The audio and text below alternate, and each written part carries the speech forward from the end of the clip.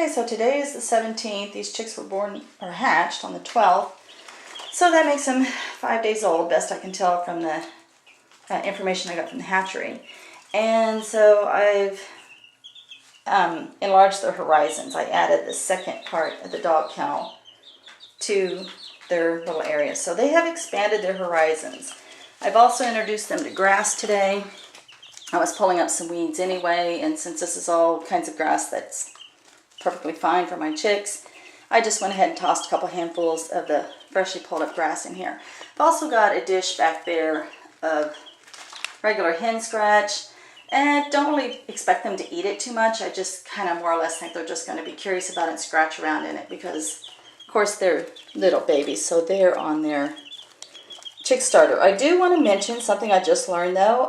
Since I had my chicks inoculated at the hatchery for coccidiosis, however you say it, and for Merck's disease, if I would have fed them medicated chick starter, it would have nulled the vaccine. So yeah, it was just by the luck of the draw. I just said, no, I had them vaccinated. Just go ahead and give me non-medicated.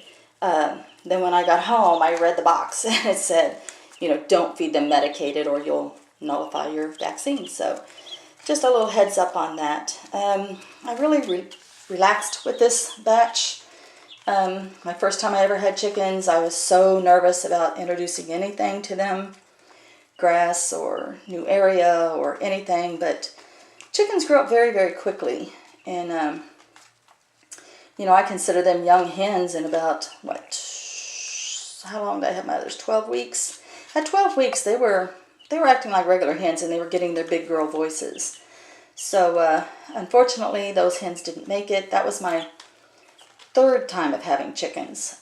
Just never had such a raccoon problem in my life, but I realize it's because both times before I lived in the country, and a raccoon's hunting ground is much more larger, and they're not so condensed and densely populated as they are here in the city. I'm right smack in the middle of a city here, just happen to be on half an acre, and I'm surrounded by a creek and woods, which is a natural habitat for raccoons. But these raccoons, the one I caught yesterday, he had to be at least 25 pounds, at least. He was huge. He was massive.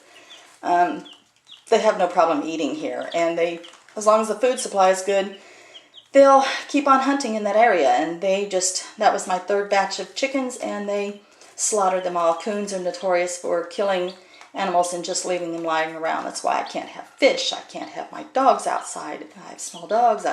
They killed my cat. They killed all my hens. And out in the country, I think I've dealt with a raccoon once before. Once. And never a possum. Never saw a possum. And now here I am in the city, and I'm just inundated with raccoons. So anyway, we're reinforcing the hen house today. That possum got through the roof. It never occurred to Shaggy and I that the raccoon would climb straight up an 8-foot poultry wire fence, and it did, and then tore out the whole roof and climbed in through the roof and just slaughtered my hens. So we're reinforcing that today. But anyway, this is the new batch of chicks. This is my fourth experience with chickens.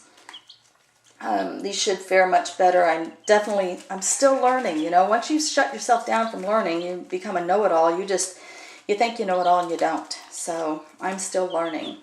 And yeah, so we're definitely still learning with these chicks. I do have 5 Rhode Island Reds, 5 Buff Orpingtons, 5 Barred Rocks, and my little mystery chicken over there, which is probably going to be a rooster. I don't know. If it is a rooster, I would love to be able to keep him. As long as nobody complains in the city, I should be able to keep him. Could be a hen. I don't even know what kind of chicken it is yet. So, okay, so that's my update on the chicks. And, you know, the reason why I'm putting out these videos is, you know, I want people to see my experience and hopefully learn a thing or two with me as I go along towards this goal of homesteading. So, yeah. There you go. They're so cute.